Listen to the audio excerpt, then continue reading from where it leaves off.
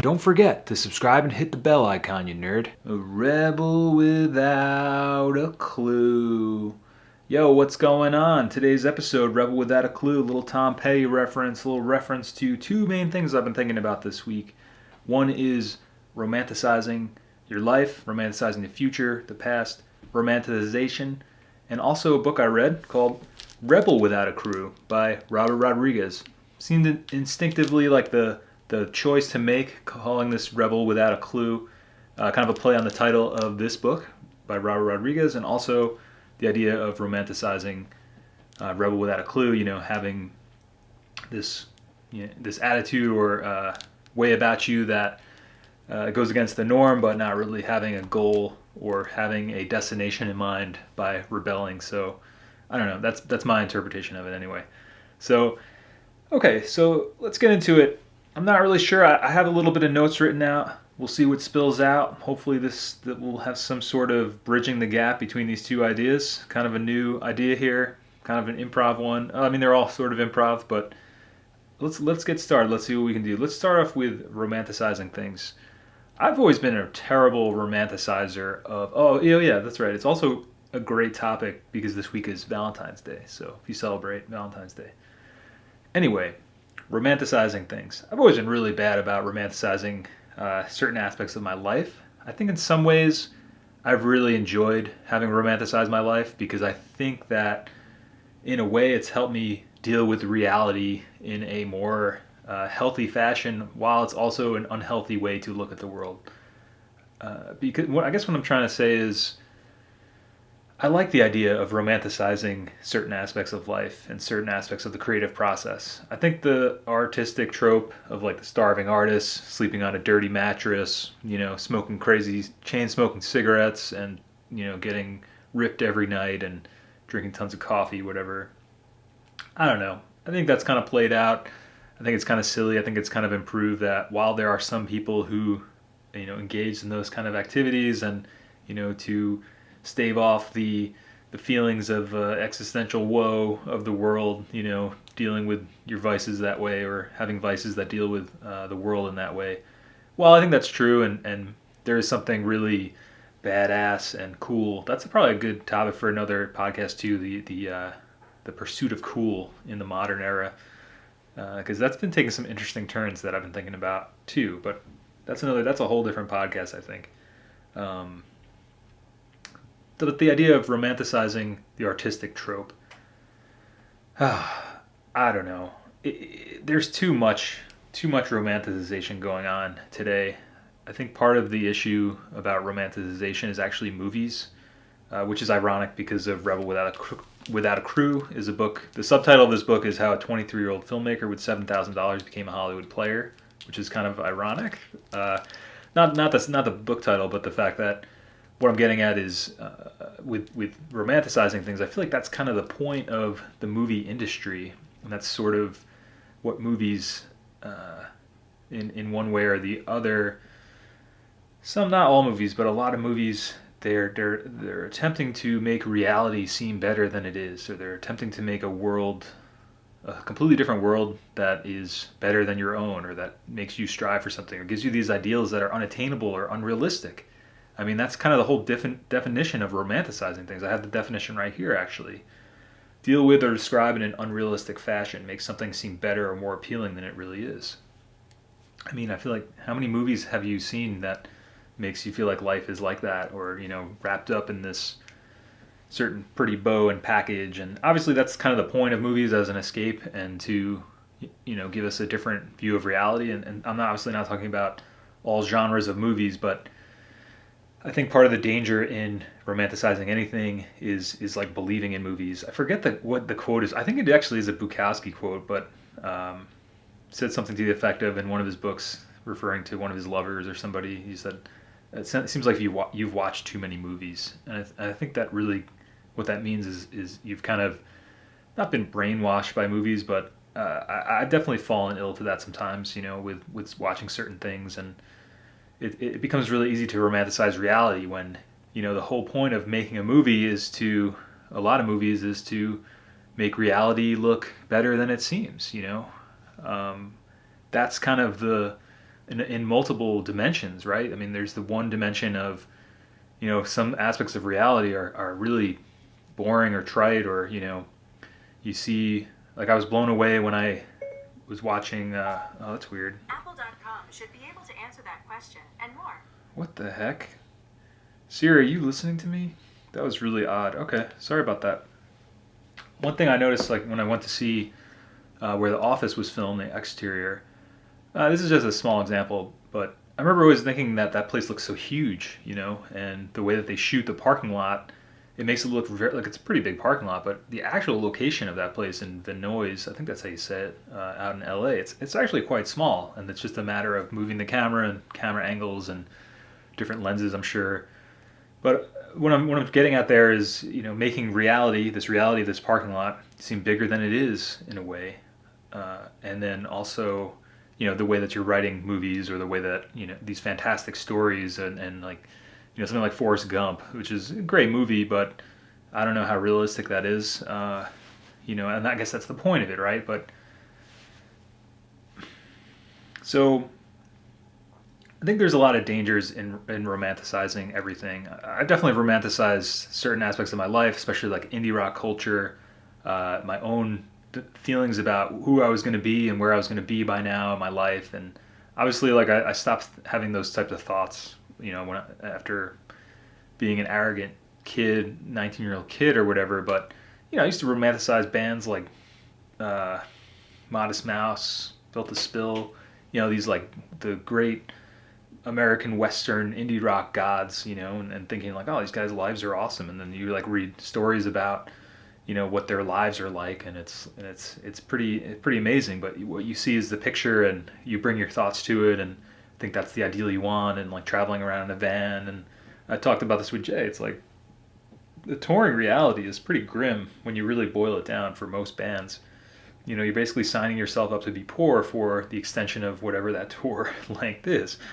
And also it's just, there are some people who really put in the work and luck out and timing and things, and but I'm just starting to feel like that's not most people. I kind of had that realization too. Oh man, we just had some really dark stuff going on in the video. The sun just went behind some clouds. Oh well. And something I realized about the Steve Jobs book too. Clearly the guy was a genius, but in a different time period, the skills that he had, or the way that he looked at the world, would not have fit perfectly in with what was going on in the world at that time. If he had been born 50 years earlier, and the computer and the technology for the computer revolution to begin was not there, like, I don't know. It's kind of fascinating. So I mean, like, certain things are timing, and I guess what I'm saying is, it kind of goes back to the podcast about SMART goals. I think it's 25, 27, one of those episodes. You'll see it if you go back to the list of things. But, having specific, measurable, attainable, I think realistic and time-bound goals are really important. And it's something I never fucking did. And, I guess that's been my great education over the years of like doing things. And I'm trying to get in the sun here, of doing things. And, I just had this terrible feeling I wasn't recording. Okay.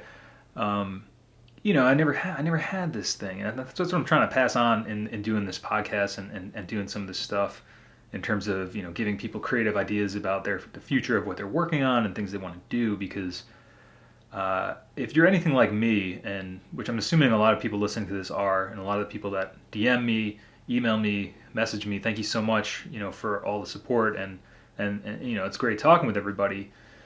The thing is, if you're anything like me and being romantic, that romanticism will only take you so far, and it may take you to some grim dead ends in your life if all you do is idealize something in an unrealistic way. There's actionable steps that need to be taken to achieve anything in life, and it takes a lot of time to achieve those things. It's something I'm learning. It's something it took me. It's almost embarrassing to be having this discussion and telling people this, but I think it's important, because I would hate to see somebody else who is as romantic as I am or was about certain aspects of my life to go through like a decade or years, multiple decades. Well, that's not really true. I wasn't like thinking about this stuff when I was 13, but almost 2 decades of romanticizing my future you know, thinking I was a really interesting person, thinking I was, a great artist, whatever. Um, I think people are whatever you want to be. You don't have to be defined by, again, define your own success. But I used to have these super unrealistic things and goals and ideas. And uh, actually, I didn't have goals. I just had ideas, gut instinctual feeling that the way I was going to move through the universe and things were just going to happen for me. And I guess that's sort of entitlement, right? I guess I feel like it's more romanticizing things. I wasn't expecting it to just happen and not have to do anything. I guess I was. Fuck. Yeah, I guess it was a little. It was somewhat entitlement. I don't know. Maybe that I know that's a big issue with a lot of people today because we've had it so good for so long. Uh, I don't know. Who knows if an economic downturn occurs, uh, what people are going to feel like. But I don't know. I feel like I was always taught the value of money and the value of work, but I definitely romanticized outcomes and who I thought I was, and I wanted to be an indie rock guy and doing the lifestyle and doing the thing. And as time went by, it really passed me by. And here I am talking about it and hoping to pass on some wisdom to other people about the things and experiences I had and the thoughts I had about the creative process and how to get things done. And really why it's important to define your own success. Because you don't want to wake up one day and be seeking all these rewards in the external world uh, because that's bullshit.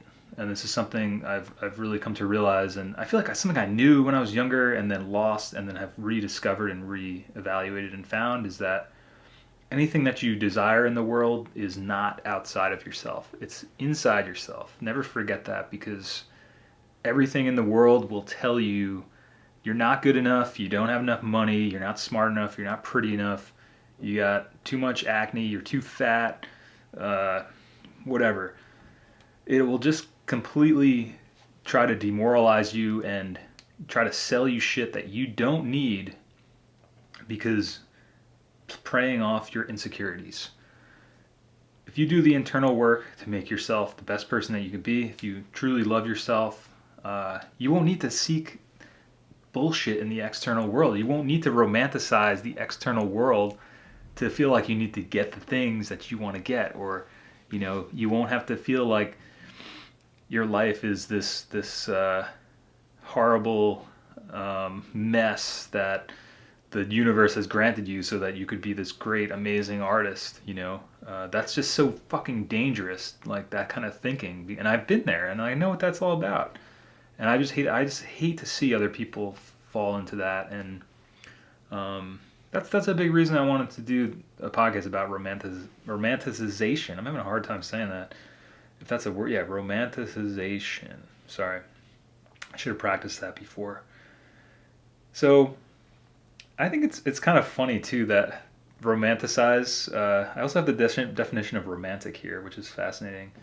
It's funny that, I mean, obviously words mean two different things, but just in terms of love, right? Romantic, conducive to or characterized by the expression of love.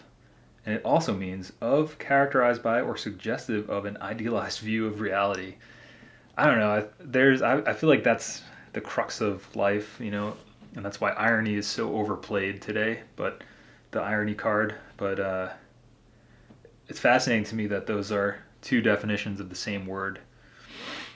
Um, so yeah, don't deal with reality in an unrealistic fashion. Um, that's romanticizing it. That's the definition of romanticizing. And if you have things you want to do, if you have somebody you want to be, maybe you will achieve those things, but you will only achieve them by having smart goals in place. Okay, let's segue into Rebel Without a Crew. That covers the Rebel Without a Clue segment. If you're gonna rail against the world and change the world, one thing is definitely start by making your bed each day, because then you can actually change the world.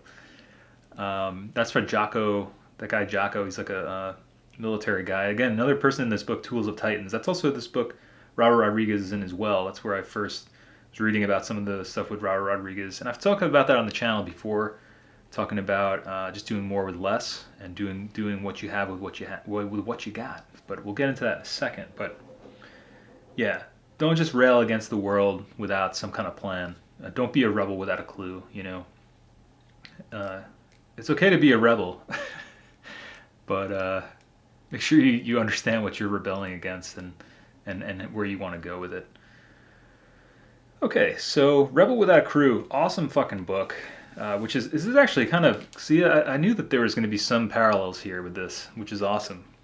Because like I was saying, I named this podcast Rebel Without a Clue. This book's called Rebel Without a Crew. I like how the podcast is slowly turning into a book review podcast. Like I'm trying to read like a new book each week and then applying those principles to the podcast, applying those principles to life, creative life, applying those principles to whatever, man. So this book is dope, but it's very cool the way that it's written. A lot of it is journal entries from Robert Rodriguez, which is amazing that he kept the journal entries, I think. Something I think all of us should be doing more, or I would want to be doing more personally, but I just don't. And this is a great reason why. You could have a whole book just with your journal entries in it. And it gives it a really cool vibe. It's almost like it almost feels fictionalized because of that. Almost got like because some of the book deals with Robert Rodriguez to fund his movie was a research specimen for like a month. He made thousands of dollars by being in this drug trial, or I forget what the exact. I don't know if he mentions it. Maybe he's not allowed to mention what it was, but what they do is, he stays in this place for a month, basically like a clinic where he can only, they control all these aspects of his life to test these drugs or something, and that was how he had to fund his movie because he didn't have any money. And what's also fascinating about this, the whole story of it, is that at the time that when he made this movie, El Mariachi, in this like guerrilla style filming fashion, which I'll talk about in a minute, most of the money went to the cost of the film for the camera they were using because he wanted to make it look more expensive. But what's crazy today is that if you've seen that new Steven Soderbergh movie, High Flying Birds, I think, it was all shot on an iPhone, and it's on Netflix now. And I mean, he's a big proponent of this, and I've heard other directors talk about this, but the fact that this technology now, somebody who had to go to a clinic to make the money to get the film to make a movie, now if you have a fucking phone, if you have a fucking pocket computer that has an amazing camera on it, and you have a story to tell, you don't need to sell your body to science anymore. But I just thought that was really funny that, a big expense was the film, and now it's like even more easier to make a film with the tools that you have access to. And that's a big part of what Rodriguez talks about in this book and also in the Tools of Titans book. This one's like more of a tome of knowledge, different interviews from Tim Ferriss's podcast, tactics, routines, and habits of billionaires, icons, and world-class performers. Really sick book. I actually bought this one, which I don't really do that much anymore, but it's pretty. It's one of those books where if you get it from the library, it's not really conducive for reading all the way through. It's kind of like you pick it up once in a while, read a chapter. It's really quick, like some of the stuff. The Robert Rodriguez section is probably worth the price of admission, actually. But there's a lot of really, really great stuff in this book. I'd highly recommend picking that one up. And Robert Rodriguez has, like I said, his interview is probably worth the price of the book. And then, this is also the other one, but the Rebel Without a Crew. So I think a big part of Robert Rodriguez's philosophy that I understood it to be, especially from the Tools of Titans book, is I mentioned this in one of the videos we talked about. And I think it goes along with the 4-track and making music with the simple device and having limitations. Like limitations breed creativity. And that's something I really try to tell people, and I've realized, in my own life and my own experiences with making music, and that's a big tenet of the channel, and I think a big thread of this book, obviously, because it's, make a list of the things that you have access to. You have a bar, okay, that's where your bad guys are going to hang out. In one part of the book, they talk about finding a turtle in the desert where they were shooting the movie, and that became like a scene of the movie where the mariachi is coming into town. And he crosses paths with like a turtle, and the big part of the reason was because if they have these animals in the movie, it'll seemingly raise the production value because people will think we had an animal wrangler. Like the whole book is about basically making a movie solo, and being wearing all these different hats and just figuring things out as you go. And I feel like it's sort of the opposite of in a way of romanticizing things. It's more just go out and do it. Like just stop thinking about something and just go out and make it happen. Which I think is pretty awesome. I guess that's I don't know, a good way of like segueing the two topics, Rebel Without a Clue, this podcast. So really sick book though. Highly recommended. Easy read. Really great stuff. Even if you don't want to be a filmmaker and just are a creative person or just like a good story, I think that's just super important. Using what you have, because so many people contact me too about, oh, I have all this gear, but I never get anything done. Like, and here you have this example of somebody who didn't have any gear, had to borrow a camera, had to sell his body to make the money to do what he wanted to do, and broke out into the industry. He's some of the films he's done is Desperado, El Mariachi, Spy Kids stuff, Four Rooms. I think he did one in there. Sin City, Planet Terror. It's one of the Grindhouse movies. Really, really awesome films, and the whole idea is doing them in a way that this is something Sean's trying to do. My friend too, who's like a budding director, filmmaker, is making things for less money and figuring out creative ways to do it, because that's what talks about some of the editing style, like the way the sound was done in El Mariachi or Rodriguez's movie. The camera was so loud that they couldn't do the audio at the same time, so they would have to sync the audio right after the takes, and he would just record people, I guess, with like a handheld recorder or something, and sync it up in post. And this is before, I think the movie was edited on like VHS, I believe, or they transferred it and edited it. Capro's hitting the tripod here. And so, because people speak in a similar fashion, if you say something, chances are that was repeated on purpose to show that, kind of say it the same way. So, but it doesn't always line up perfectly, and that's part of the editing style of the movie. When something didn't line up perfectly, he'd have a quick shot to something else, and stylistically, it looks really fucking cool. And it's like, wow, this is a really awesome idea. I never thought to do that. And the crazy part is that you wouldn't have ever thought to do that, because that was basically rolling with, a quote unquote mistake that, oh, well, this audio doesn't sync up perfectly. We have to cut to a dog. We have to cut to B-roll. We have to cut to the turtle, whatever. See, that's what I mean. Like, that limitation bred this creative solution to a problem that would have never occurred to maybe Robert Rodriguez had he had a shit ton of money and was able to do everything perfectly. Like, and that's like pushing the boundaries of what you can do. It's kind of throwing the manual out the window and just going for it. Obviously, Robert Rodriguez, I mean, I think the thing he downplays in here is that he's obviously a brilliant filmmaker and was making movies with his family for years. I mean, that's something I don't think he gives himself enough credit for in the book. But clearly, this guy he's done his work, But and I think that's a big part of, if you want to be something, that's something he says toward the end in another part of the book, is like, if you want to be a director, stop saying you want to be one, and just say that you are one, and then get to work. Because so many people will say, I don't have the right camera, I don't have the right lens, I don't have the right crew, I don't have the right lighting, and shit, do it yourself. Shoot it outside in the sun. The sun gives off some of the best light. This video I'm doing right now, this is all just sunlight coming into my room. I don't have any lights on in here. It looks fucking dope. I actually changed the lens out because the other lens doesn't get enough light, so it would be darker. But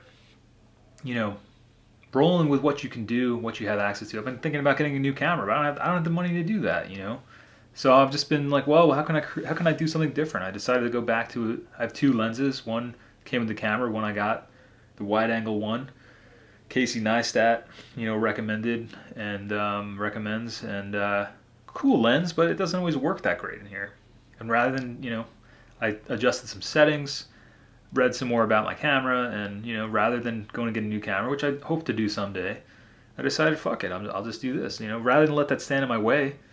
I'd love to have videos that look better, whatever the fuck that means, that sound better, whatever the fuck that means, but I have so much cool shit access to me. People send me cool shit all the time to use, there's no excuse to not just get to work. It's like the more you give yourself excuses not to do something, the more that you won't do them.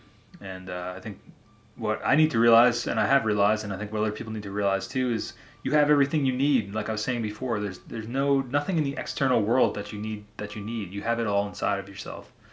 Obviously, you don't have like an amazing film camera inside of yourself. That's not what I'm saying. I just mean, you know, certain things. Yeah, you need tools to do something. But what I'm saying is like, if you want to do something, you can go and do it. Just fucking make it happen. However way you can. And maybe it won't come out exactly how you liked, but you'll learn something from it. I guarantee it. Every failure is durable. I think that's another quote in the Tool of Titans one, or mutable or something. That's what he talks about. Actually, Four Rooms, one of the movies he did with Quentin Tarantino. It was a movie that had 4 different directors shoot 4 different segments of the movie. We're gonna run out of time here soon. And while it was a commercial flop, Robert Rodriguez talks about getting the idea for, I think, Spy Kids from that, and then also I think Sin City as well. So it's pretty crazy, something that, and that's the thing. If you never did those experiments, if you never did these things, and or consider, oh well, that's not going to be that good. Well, I'm not going to do it, or I'm just not going to do it. Like I think that's something I really want to get across to a lot of people is do as many things as you can, do as many things as you want to do, and do them with whatever you have. If you don't have the money to do it, yeah, and that's what this book's all about, And I think that'll cure the. Also, I mean, trying to tie this back in, maybe it won't be the best tie job, but romanticizing things, I think it's a waste of time. And all right, maybe the tie back in is it's not really coming to me. But yeah, I guess what I'm trying to say is just get down to business. If you got something you want to do, just go out and fucking do it already. All right. And I don't know. I guess I feel like I just ran out of steam, and also I'm looking at the camera. It's gonna stop in a couple minutes, and I can just restart it. But I don't know. I didn't realize I've been blabbing for this long. So, all right. Well, I hope this was a fun podcast for you. It was a fun ass podcast for me. Rebel Without a Clue.